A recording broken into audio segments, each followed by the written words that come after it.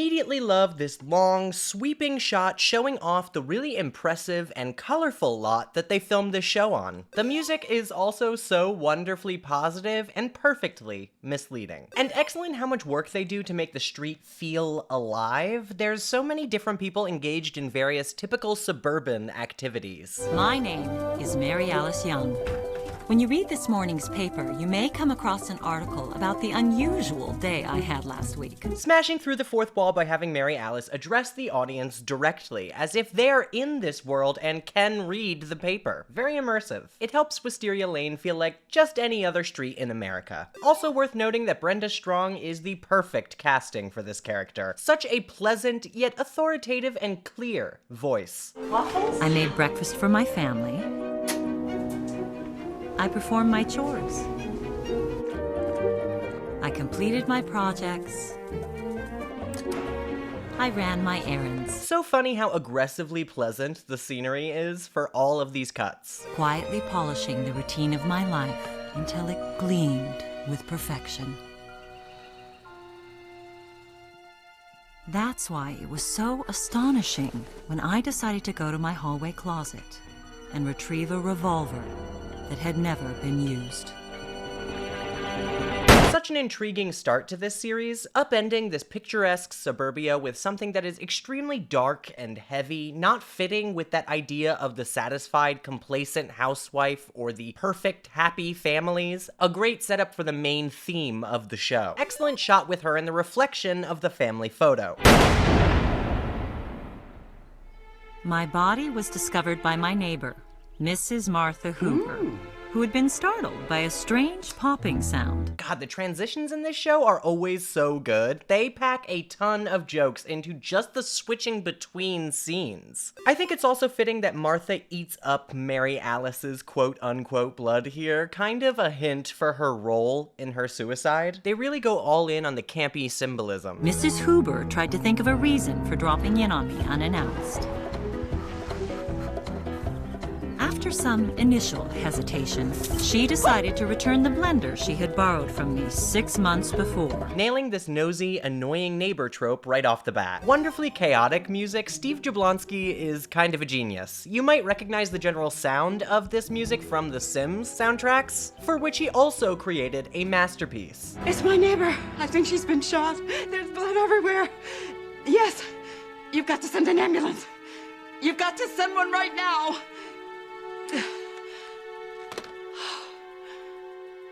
And for a moment, Mrs. Hoover stood motionless in her kitchen, grief-stricken by this senseless tragedy.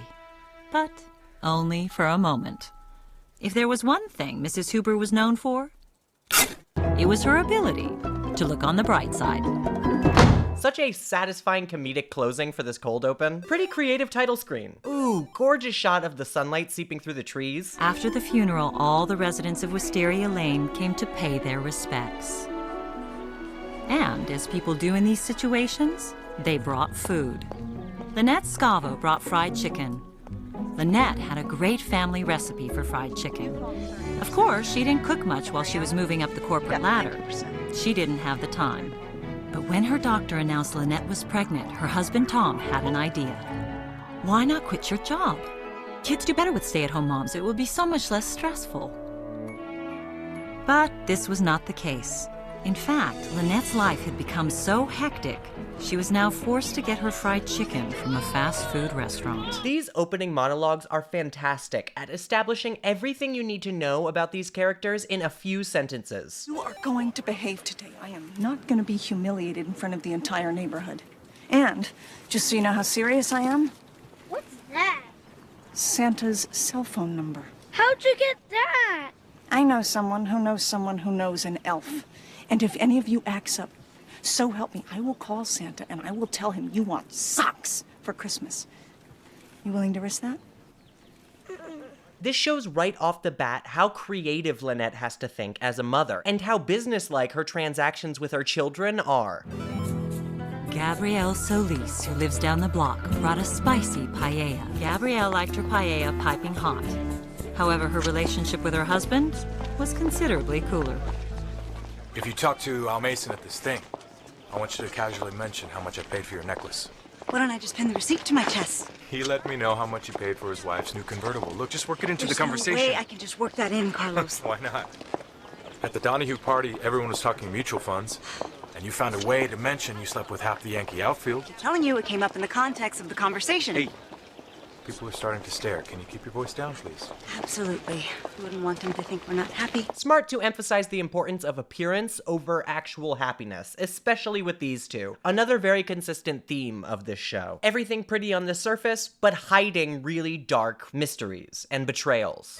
Bree Vandekamp, who lives next door, brought baskets of muffins she baked from scratch. Once again, I absolutely adore the change in background music for each of these characters. Lynette's was inspiring and homey, Gabrielle's is upbeat and sassy, and Bree's is overly refined, very classical. Bree was known for her cooking, and for making her own clothes, and for doing her own gardening, and for reupholstering her own furniture. How intense Bree looks reupholstering this chair. Girlina is not playing. Everyone on Wisteria Lane thought of Bree as the perfect wife and mother.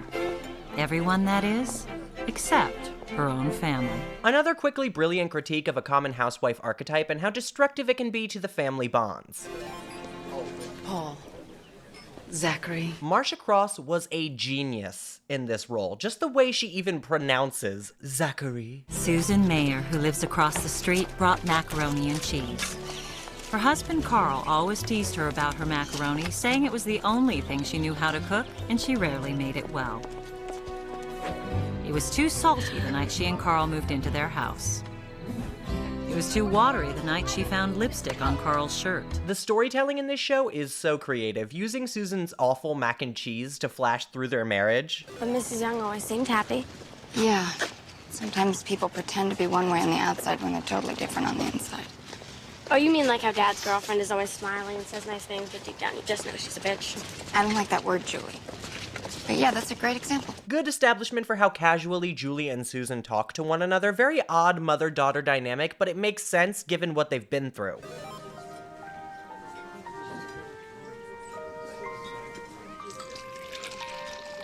Another wonderfully smooth transition. What did Carl say when you confronted him? You'll love this, he said. It doesn't mean anything, it was just sex. Yes, page 1 of the Philanderer's Handbook. Did he have to bang his secretary? I had that woman over for brunch. It's like my grandmother always said, an erect penis doesn't have a conscience. Oh, the irony of Gabby talking about men being too horny for their conscience. Oh boy. I just don't know how I'm gonna survive this. Listen to me. We all have moments of desperation. But if we can face them head on, that's when we find out just how strong we really are. This show really is great at portraying the tragedy of this all, and how unlikely it would seem to the rest of them that Mary Alice would ever do something like this. It makes this advice here almost feel hollow in retrospect, and gives cause for you to worry about the other housewives. A great setup, builds the tension very well, and is honestly so depressing. What kind of problems could she have had? She was healthy, had a great home, a nice family. Her life was our life. It's also really clever to begin your story here, as it's a strong reason for the characters to begin making changes in their lives, stepping back and realizing what they've been doing, taking a hard look at their choices. No, if Mary Alice was having some sort of crisis, we'd have known. She lives 50 feet away, for God's sakes. Gabby, the woman killed herself. Something must have been going on.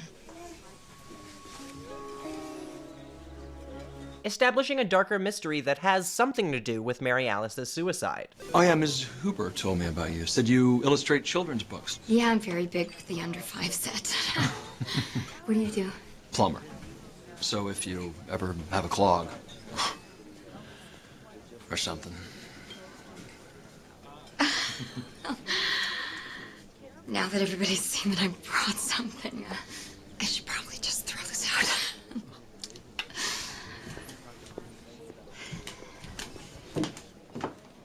Oh, these two are so sweet. They have fantastic chemistry. I am your mother. You have to do what I say. Come on. We want swimming and you can't stop us!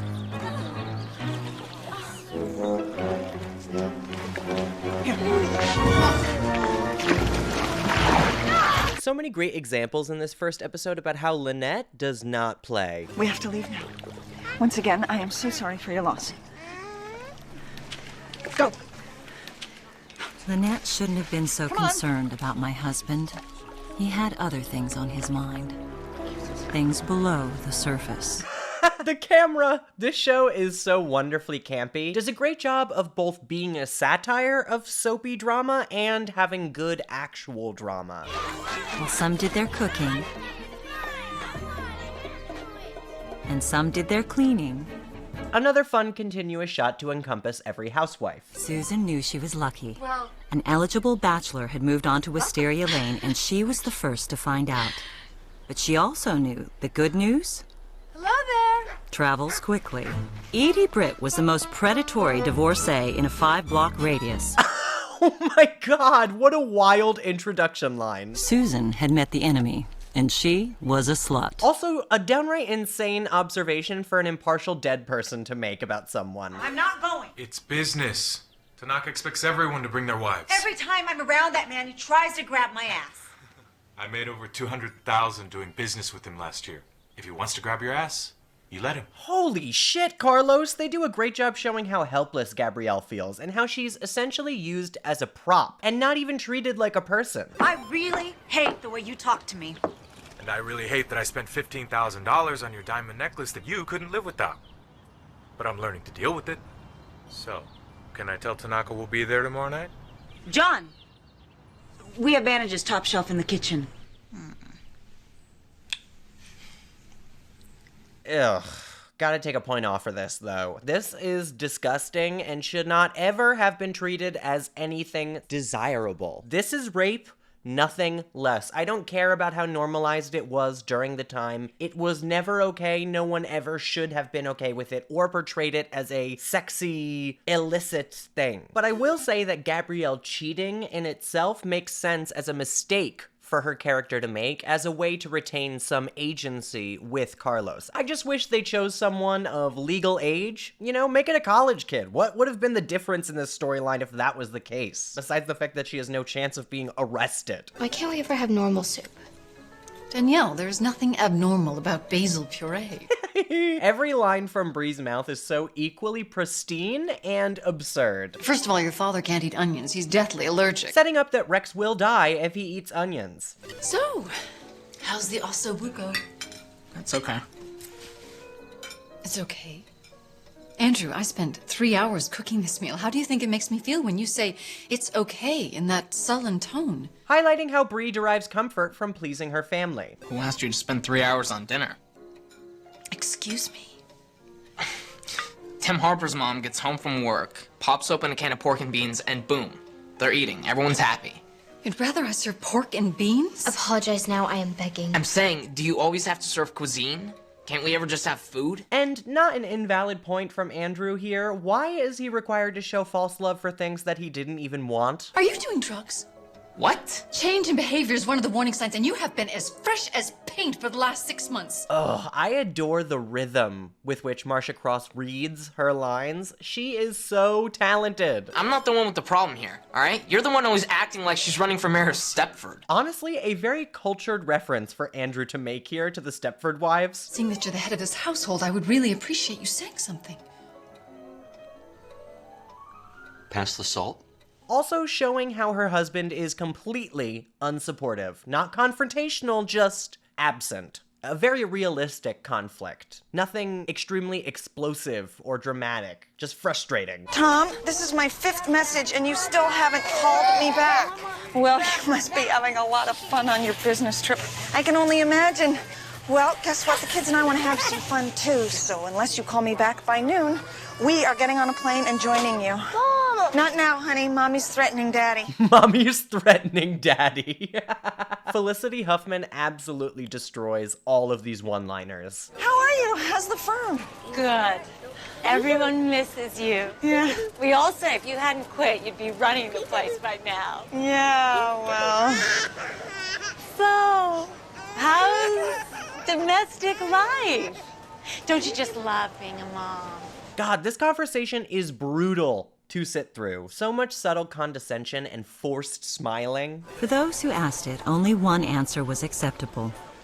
So Lynette responded as she always did. She lied. It's the best job I've ever had. It's also really important that they don't portray motherhood as automatically easy for every single woman or a wholly enjoyable, rewarding task. Sometimes it can be downright ugly. He promised to give me everything I've ever wanted. Did he? Yes. And why aren't you happy? Turns out I wanted all the wrong things. Ooh, this is a clever observation about how easy it is to be swayed by people who buy expensive things and to forget to look for what's actually real. Stop stalling and go, before Mike figures out he can do better. Tell me again why I fought for custody of you. You were using me to hurt Dad. Oh, that's right. Geez, the banter between these two is so dark at times. Susan was just gonna ask me something. I have a clog. Excuse me? And you're a plumber, right? Yeah. The clog's in the pipe. Yeah, that's usually where they are. Well, I've got one. Oh, okay, well, let me get my tools. Now? You want to come over now? You have company. I don't mind. Just give me 2 minutes. Love the looks exchange between these two. Edie is so calling her bluff right here.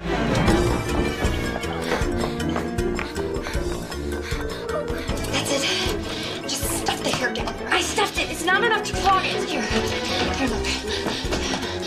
Put in this peanut butter. And this cooking oil. Oh, Susan, the epitome of a girl failure. So hilariously messy. They have video games. Could we go play until our food gets here? Andrew, this is family time. I think that we Go should ahead all... and play. Fucking wow. Thanks for completely undermining me in front of the children. I know that you think I'm angry about coming here, but I'm not. You and the kids wanted a change of pace, something fun. I get it. God, that plastered on smile hiding her true feelings is just so well done, along with the aggressive cleaning of the utensils. Probably will want something healthier tomorrow night, though. I'm thinking about chicken salt and boca. I want a divorce. I just can't live in this detergent commercial anymore. What a bomb to just drop out of nowhere. But another smart critique of this heavily regulated conservative life and how unrealistic it is for most people to happily live through.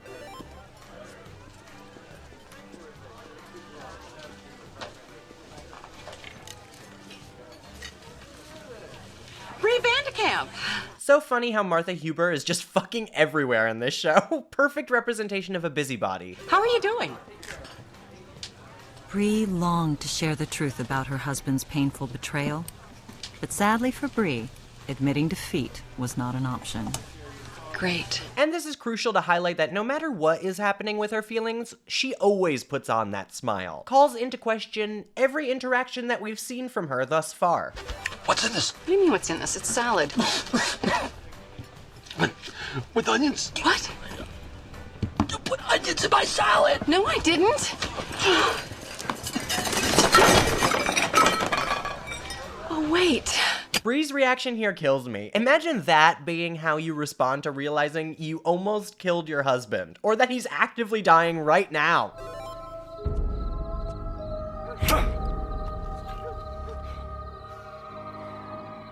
It was the sound of a family secret. One of the dumbest possible decisions Paul Young could have made here, but I think it underlines how erratic he's feeling after Mary Alice has upended their lives so heavily. The secret is weighing on him more than ever, and he can't stop thinking about it, which makes him feel he needs to do something about it, even if this is the best plan, keeping it under the pool. Daddy's home! I have to go back to Frisco in the morning. But I got your call. You sounded a little frazzled. Yeah. Practice throwing for 20 minutes, okay? You promise? Yeah! Let's get out there. Go. Who's open? Go out. Deeper. Oh, you gotta be kidding. I'm exhausted. I look terrible. I'm covered in peaches. I'm sorry, baby. I gotta have you. I gotta tell you, I was having trouble with swelling, so the doctor took me off the pill, so you're just gonna have to put on a condom. Got him? Yeah. What's the big deal? Let's risk it. Let's risk it? Yeah. Oh, The most valid reaction possible. Not only did you just basically drag me onto the bed and force me to have sex with you, you also show that you have no idea how hard I've been working, and that I'm losing my mind. Go fuck yourself, Tom. Like, actually be so for real with me right now. I also think that this, despite how outrageously irrational Tom is here, is an extremely real conflict for a modern married couple to have, even still in this day and age. Just portraying how sometimes men can just completely lack the understanding for what childcare even requires, the exhausting amount of effort that goes into it, especially when you have no help at all, and how they push their wives to have children because they think it's like taking care of a fucking dog because they don't do anything. They just go off to work and assume everything takes care of itself. I can't believe you tried to kill me. Yes, well, I feel badly about that. Such great dry humor. Since when do you make mistakes? What's that supposed to mean? It means I'm sick of you being so damn perfect all the time. I'm sick of the bizarre way your hair doesn't move. The bizarre way your hair doesn't move? Like she's a straight up mannequin? You're this plastic suburban housewife with her pearls and her spatula who says things like, "We owe the Hendersons a dinner." Where's the woman I fell in love with? So tragic to hear him talk about her like this, though, as she did all of that for him, because she thought that's what he wanted. She thought that's what all men wanted. Bree sobbed quietly in the restroom for 5 minutes, but her husband never knew. Because when Bree finally emerged, she was perfect. Wow. Just wow. Marcia Cross's acting, again, in 1 second completely devastated, and the next barely showing a hint of displeasure. Additionally, the sound design and Mary Alice's narration do so much to underline this moment's severe tragedy. The lawn hasn't been mowed. I've had it. We're getting a real gardener. Why? Are you deaf? I just said he's not doing his job. You see that man just walked away? Can you make sure he has a drink in his hand all night long? Yes, ma'am.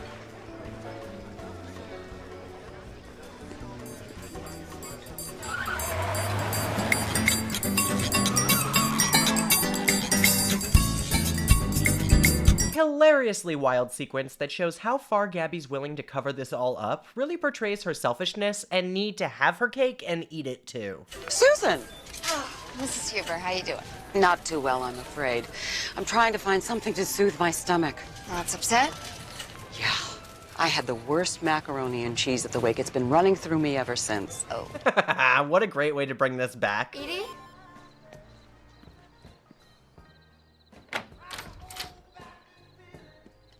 Hello? Anybody home?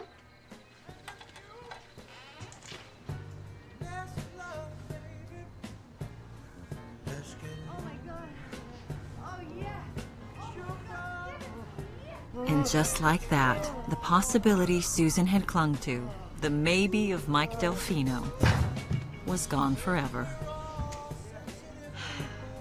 And despite the precariousness of her situation, Susan took a moment to mourn her loss.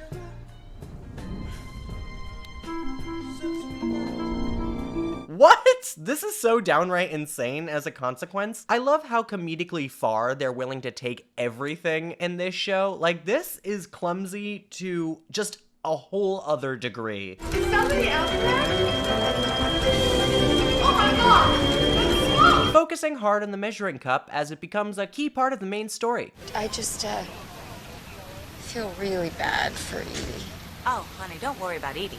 She's a strong lady. Absolutely. She'll get through this. She'll find a way to survive. We all do.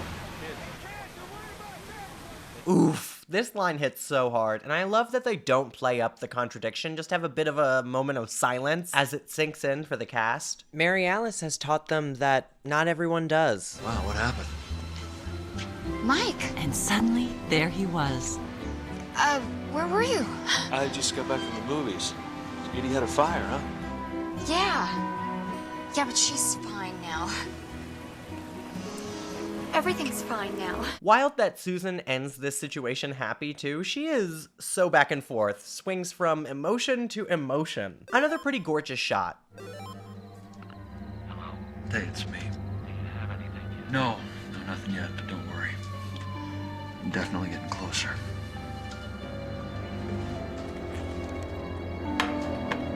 And I love how unexpected the side mystery is. We knew there was something more to Mary Alice, but to see this random man act suspiciously, it adds to the whole conspiracy of it all. Especially since it seems to the audience like he might become romantically involved with Susan. Size 8?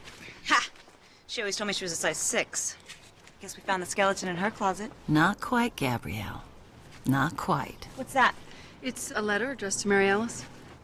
How ironic. To have something I tried so desperately to keep secret treated so casually. What are you doing? That's private. It's open. What's the big deal?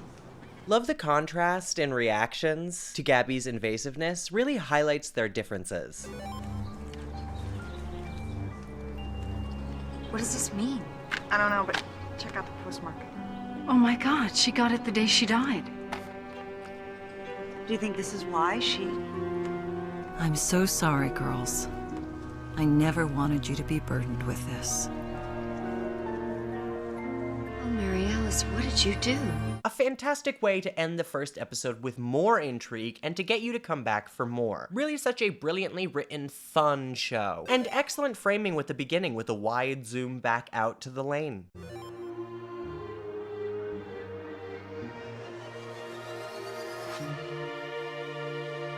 If you enjoyed this video, consider supporting me further on Patreon at patreon.com/PosiTVty. That's PosiTVty. There you get all these videos before YouTube does. You can choose whatever you want to see on the channel, and you get the unedited essays so you can hear all of my mistakes and the things I choose to edit out. But being here on YouTube, liking, commenting, subscribing, even just watching this video really helps me out, so thank you for spending your time with me, and I hope you are having a wonderful day. I will see you for the next video. Bye-bye now.